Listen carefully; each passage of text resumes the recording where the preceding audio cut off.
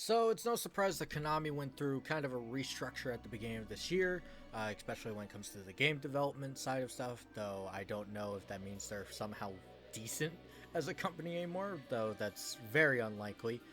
But when it comes down to it, Konami has licenses for some of the biggest games on, well, used to be the biggest games in the industry. It has definitely been a long time since any of those have really kind of mattered, I guess. And the two that I'm thinking of mostly are Metal Gear and Castlevania. Silent Hill is also more of a minor one. It's more of a cult type of fan base at this point, mostly because Silent Hill hasn't got shit in so long, but we try and hold on to our, you know, our hope that one day Silent Hill will succeed. But Castlevania is apparently being worked on. It's supposed to be a reimagining of a game or the series, and when it comes down to it, Castlevania is probably the easiest one they could definitely like get back into, and maybe just have it kind of launch alongside all the stuff that's coming out and be reasonable. It's not too far to say, oh, a Castlevania game, you're out of line. Castlevania pretty much started a lot of the genres that we kind of have today. The Metroidvania, I mean, the Vania part is in there.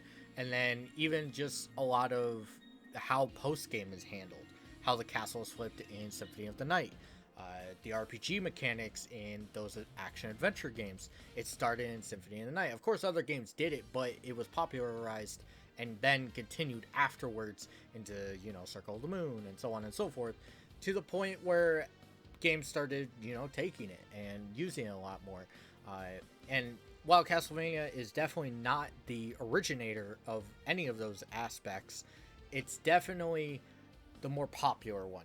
And it's also a really good series. It's one of those series where people don't seem to understand why there's so many fans. It's not like Mario or like Yoshi or getting out of Nintendo or anything like Sonic or anything like that, where people just get attached because of how long they've been playing it. Castlevania, it doesn't matter if you've been playing a year or been playing a decade. They're all good games. There's very few that I say are bad, and even the ones that are bad are more misunderstood than necessarily a bad game. Are there poor decisions in some? Yes. But at the end of the day, I still think they're worth the time, and Castlevania is, I'm not saying it's easy, but it's definitely the easier of the ones to be successful. Because Metal Gear, on the other hand, I don't think you can really capture people anymore. I don't know if it's...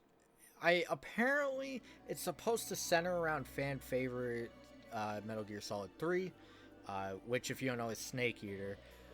I don't know how I feel about this. I am a huge Metal Gear fan. I think most people that play the series through are Metal Gear fans. It's one of those things where I kind of don't really understand why you would be trying to go for Metal Gear Solid 3 here. It would be better to get a full collection out of it, but maybe they're trying to maximize profits. You know how Metal Gear Solid 3, because technically the original Metal Gear Solid has been remade a couple times. I don't know. It feels a little... It's definitely going to take some time to get used to. Metal Gear Solid is a very emotional series, and kind of taking a game out of order, even though it's... I'm not going to get into spoiler territory, but even though it's technically not, but when it comes down to it, it's definitely one of those things where I think you need the complete package to truly encapsulate yourself. And Metal Gear Solid 5, by the way, is not included in my discussion at all. It's a decent game. I think it's actually good. Yet, when it comes to just in general wrapping stuff up, it didn't do that great, in my opinion. But the other four, really good games. Technically, and then we have Silent Hill. Silent Hill is apparently being worked on. Multiple games are being worked on, which I don't really know why, because when when it comes to Silent Hill, I picture a horror game that is kind of a lesser extent, not a lesser extent, but a lesser Resident Evil. It's very similar, except it's more horror inclined than survival inclined. What I'm saying is that it's more reliant on a tense atmosphere for the horrifying. You're not really in much danger a lot of the time. Whereas in Resident Evil, you're more focused on survival, and the scary part comes from surviving. Uh, it's a small distinction. I'm not saying it's huge, but when it comes down to it, Silent Hill fits more into like a more jump scare type of horror game, even though it's not, than Resident Evil does. It's how I've always viewed it. I'm not the biggest fan of Silent Hill. I do like the original with Fog. Thank you.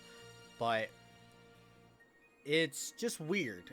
Maybe if like Silent Hill had played out differently on the the infamous demo that I'm sure everyone's thinking of, and maybe just in general how their sequels worked out, because Silent Hill has had a very shaky existence even when it was relevant. I don't really see it catching alive that well, and it doesn't help that, I mean, Konami hasn't done very good with their own stuff, and that's why they're contracting other studios outside of their own company.